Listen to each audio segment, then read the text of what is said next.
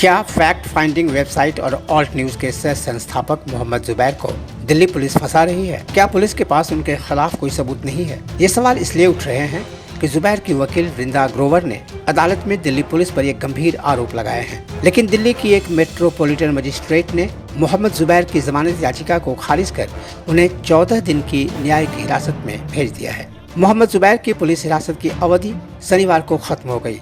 Police ने उन्हें metropolitan magistrate Snigdha Srivastava की कोर्ट में पेश किया। मेट्रोपॉलिटन मजिस्ट्रेट ने जुबैर की वकील वृंदा ग्रोवर की दलीलों को ठुकराते हुए उन्हें न्यायिक हिरासत में भेज दिया है। इस मामले में जुबैर के एक और वकील सौतिक बनर्जी ने इस पर आश्चर्य जताया कि मजिस्ट्रेट के आदेश देने के पहले ही पुलिस ने पत्रकारों से कैसे कह दिया कि जुबैर को 14 दिन की न्यायिक हिरासत में भेजा गया है। उन्होंने सवाल उठाया कि पुलिस को पहले से ही फैसले के बारे में कैसे पता था। बहस हुई थी। बहस के बाद जब जज साहब ने मैटर को रिजर्व किया फॉर जजमेंट, हम अभी जजमेंट के लिए वेट कर रहे हैं। मैं मोहम्मद जुबैर का काउंसिल हूँ सौतिक बनर्जी। अभी तक जज साहब लंच के बाद बैठे नहीं है, but I am shocked to see that the DCP KPS Malhotra has leaked in the media कि हमारा बेल रिजेक्ट हो चुका है और 14 दिन का जेसी ग्रांट हुआ है। I have learned this by looking at Twitter post of news channels who are running this news. There are certain law reporters who have done this news, and they are all citing KPS Malhotra as the source of this information. It is extremely scandalous, and it speaks of the status of rule of law in our country today. And even before the judicial magistrate has sat and pronounced the order, the police has leaked the order to the media. How KPS Malhotra knows what the order is beyond me, and this calls for serious introspection about the status of rule of law. सरकारी वकील ने court को बताया कि इस मामले में police को कुछ नए तथ्य मिले हैं, इसलिए पुलिस ने अभियुक्त जुबैर के खिलाफ कुछ नई धाराएं लगाई हैं। जुबैर के खिलाफ आईपीसी की 120 यानी आपराधिक षड्यंत्र, 201 यानी सबूत मिटाने और फॉरेन कंट्रीब्यूशन रेगुलेशन एक्ट की धारा 35 भी लगाई गई है। सरकारी वकील ने अदालत में कहा कि पुलिस ने जुबैर का लैपटॉप और मोबाइल जब्त किया है।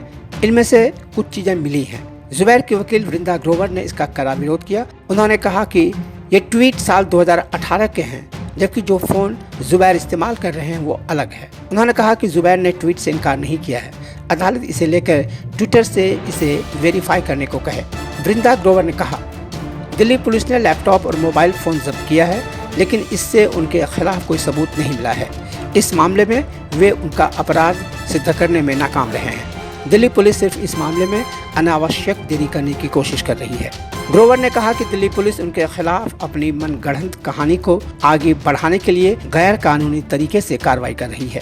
उन्होंने कहा कि दिल्ली पुलिस के पास अपराध साबित करने के लिए रिकॉर्ड पर कोई सामग्री या सबूत नहीं है।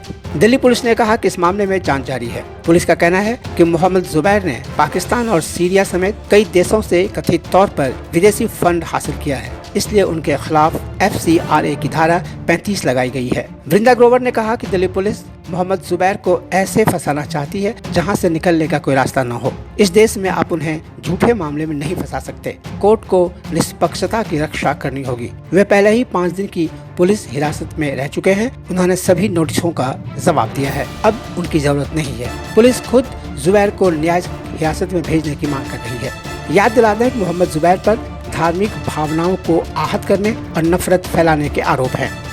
उन्हें भारतीय दंड संहिता की धारा 135A और 295A के तहत गिरफ्तार किया गया है।